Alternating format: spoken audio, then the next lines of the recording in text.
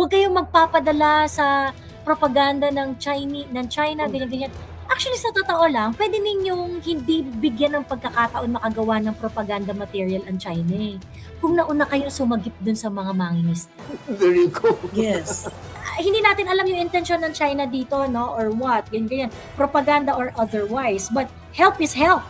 3 days na yun, undetected by our government, floating in the water. Diba?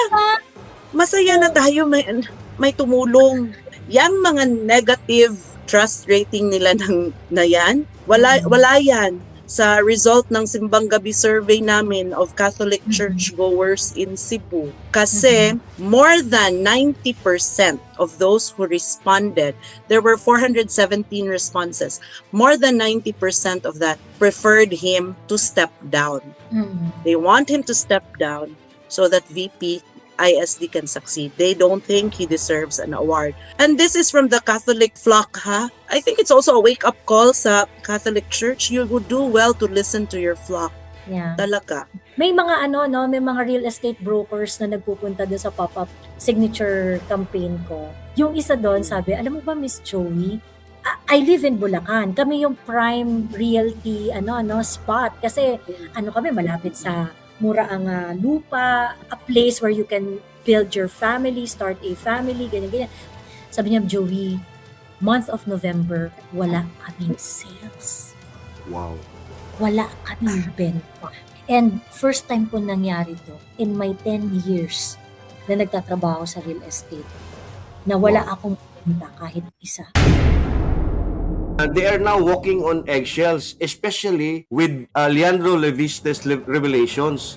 Kaya ngayon, ang tinitira na naman nila ngayon is Leon Leviste. No? At now, we are now being informed by his list. For instance, Joey, 7th District ng Cebu under Congressman Peter John Durano Calderon, 2022 to 2026. 32 billion worth of infrastructure projects in the most rural district of the province of Cebu. Least populous, one of the least populous.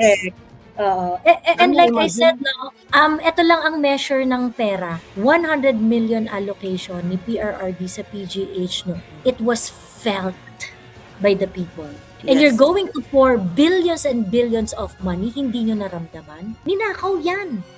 OFW Hospital. Yeah. Di ba? Nasaan na ngayon? Nandun yung structure, walang doktor, walang medisina, hindi gumagana yung equipment. Pero panahon ni Bicong, OFW doon, well accommodated, well received by the staff. Alos lahat, kahit Mindanao, Visayas, doon pumupunta. Pag OFW ka, kasi welcome na welcome ka. At ang ganda ng treatment sa'yo, at ang ganda ng pasilidad. Ngayon, wala na. It's not even being talked about, Joey. It's not even being talked about. And we are proud to say 10% of our GDP is from the overseas remittance of our OFWs. Can you even feel that? The 10% of GDP? Actually, this government is doing a disservice to the people that it hails the modern heroes. You're not treating our OFWs like modern heroes. You're treating them like beasts of burden. Gatasan lang. Diba? Gatasan. Tapos, i-reward lang ng OFW lounge. Can you imagine? Can you imagine? Para pag-alis nila at pagdating nila, meron silang lounge. After that, wala na. Wala na. True. I want to make space para doon sa survey na ginawa ninyo. And Attorney Irene, Kuya Ibi, can you tell us more about it? Part of it, Bisaya. Sabi ko ganun kay Attorney Irene. Attorney Irene, nag-overheat yung Bisaya ko dito. Ang lalim! Hindi yun malalim. So, ito, we've been bombarded with mga figures, mga surveys ng approval, disapproval, trust, confidence rating, di ba? We've also been quite aware na yung Catholic Church natin, the biggest church, has been vacillating on the issue. Parang ayaw namin ng corruption, pero walang call to action. Basta kay ayaw lang namin ng corruption.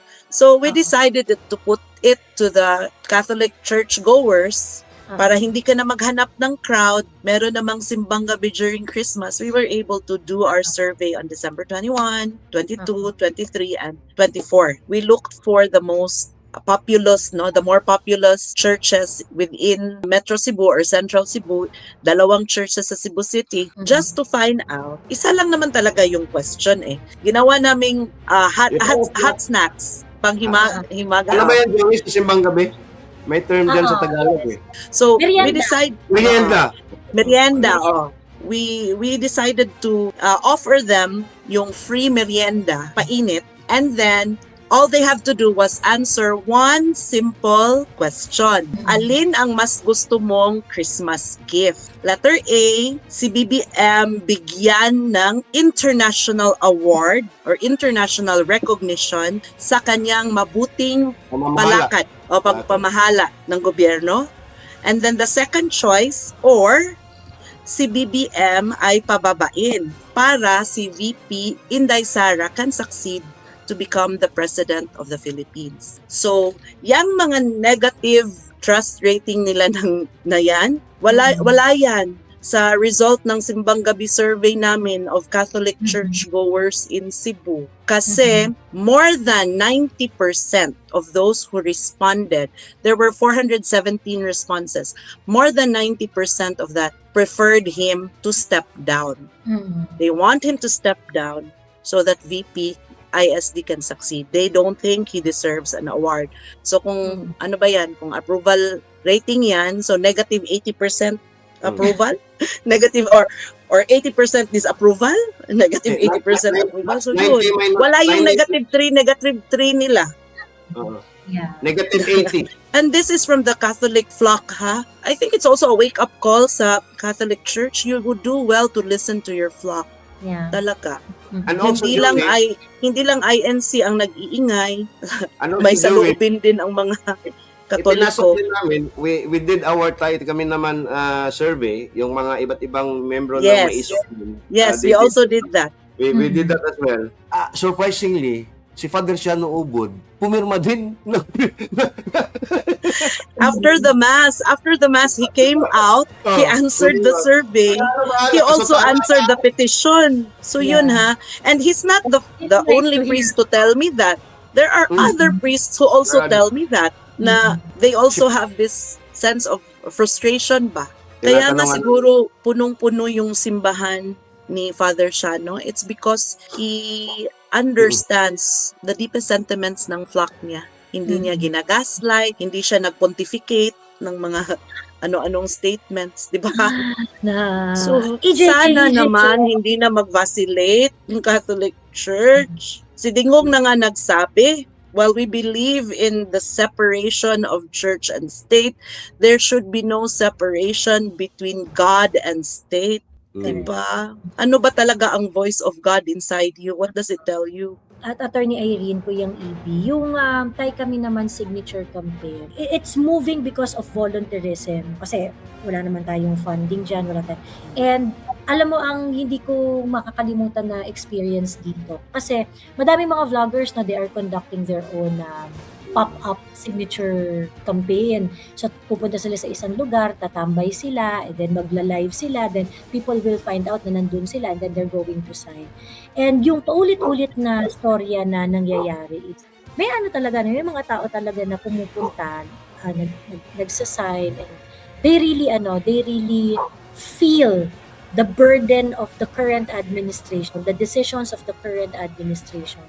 And hirap lang talaga alam mo yun, hirap lang talaga kumilos. Kasi tindero sa palengke, paano siya alis ng tindahan niya para mag-rally, para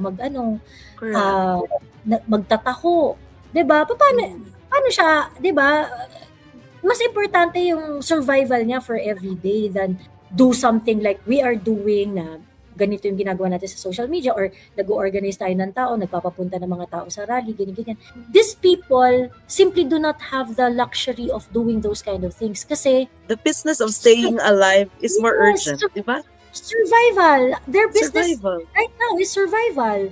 And these are the people that are being protected by PRRD. And they really want to join the movement. They really care about the country. But they also need to survive. Kaya nga sabi ko, dapat yung mga tao na kagaya ni yung mga taong kagaya natin na may luxury to really understand the current issue, to really communicate and convince other people to respond to the call to action. People like Kuyang EB and Attorney Irene who would have the ability to take action, go to the ombudsman and file cases. We need to support this kind of people. Kailangan natin ng mga ganito eh. And above anything else, the reason why we have to strengthen our fronts, people na like-minded, is because yung makikinabang dito sa uri ng mga pinaglalaban natin, ito rin yung same na mga tao na pinaglalaban ni PRRD. Yes. Yung mga taong ordinaryo, yung mga taong hindi natin nakikita because they are busy in the business of survival. And even those people, Joey, who will put at stake their careers and the security of their family if they are to go out in the open. We have a lot of military and uniformed personnel messaging me, telling me, salamat sa ginagawa nyo. We cannot speak ourselves because we are constrained by our employment or by our position. But what you are doing is you are articulating what we feel. And for that, salamat sa inyong ginagawa. We see that even lawyers, no? Even people in government saying that. We've had so many interactions with those people telling us that what we are doing is actually becoming their voice. So siguro yun na rin yung contribution natin, like you and the rest of like-minded individuals na nandito sa social media especially. Yun lang siguro ang contribution din natin sa nation the building. fire burning. I would also just like to take this opportunity to remind everyone. Kasi 'di ba parang inaano nga nila na ito na naman 'tong mga grupo nito, mga kulto, ganyan-ganyan. We are not fighting for an individual. We are fighting with them, shoulder to shoulder. So this is something that our yung mga kontrabulati sa buhay natin should understand. Okay? Hindi kami fanatic sa individual. We just find our politics, our passion aligned with the same with the personalities that we support. We are not fighting for them. We are fighting for the country. And we are fighting with them, shoulder to shoulder. Ako, kulto na kung kulto. Basta kulto kami for nation building. Correct! Kulto kami for nation building. Look what happened to Atin Ito Coalition na naging zombie na. Yung mismong pagtulong ng Chinese Navy or PLA Navy, ginawa pang propaganda. Yung intent daw. I mean, ang pathetic nun yung Oo. Ang pathetic nun na parang huwag kayong magpapadala sa propaganda ng China, ganyan-ganyan. Actually, sa totoo lang, pwede ninyong hindi bigyan ng pagkakataon makagawa ng propaganda material ang China eh. Kung nauna kayo sumagip dun sa mga mangingisda. There you go. Yes. Diba? Oo. Mga engot kayo eh. Diba? Biruin ninyo, ang tawag dito, yung mga Chinese were able to find the distressed fisherman, help them, provided immediate support dun sa mga palutang-lutang na mga mangingisda, ganyan. Hindi natin alam yung intention ng China dito, no, or what, ganyan, propaganda or otherwise, but help is help. 3 days na yun, undetected by our government, floating in the water. Diba? Masaya na tayo may tumulong. Correct. Tapos yung isang network pa or media nagsabi pa, in a rare display of compassion. Rare ba ang compassion nating mga Asians? I don't think it's a rare trait for Asians. We are very parental, we are very maternal, paternal, 'di ba? And it's even dictated in the Articles of War sa Geneva Convention. Even if your enemy is thrown overboard, you have to help him. You have to help them. You have to rescue them, even if kaaway They're mo your yan. enemy. So ikaw ba, Joey, sa tingin mo in Manila now at yung mga ordinaryong mga Pilipino diyan sa Luzon, sa NCR na nakalubilo mo, do you really feel this certain angst na to go out na and demand that this president resign and abandon his presidency? Meron ba ganun na feeling? I think the people are frustrated but they need to survive. So that is why parang hindi sila hindi sila ganun ka-vocal dun sa kanilang mga sentimiento.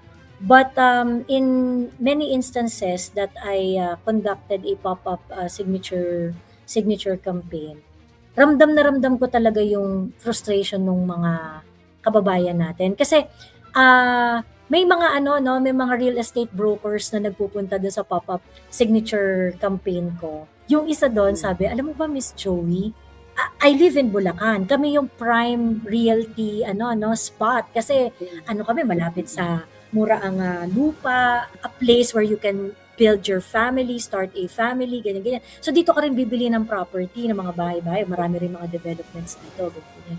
Sabi niya, Joey, month of November, wala kaming sales. Wow. Wala kaming benta. Ganun kasama yung real estate industry dito sa atin. And first time po nangyari to in my 10 years na nagtatrabaho sa real estate na wala akong benta kahit isa.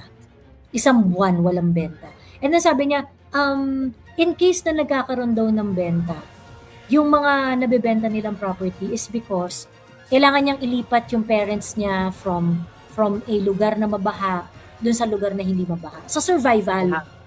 It's not for the future. It's not a hopeful buy. Kasi 'di ba, pag bibili ka ng malaking maggagastos ka ng malaking pera, you're always very hopeful eh. Bibili ako para sa retirement ko.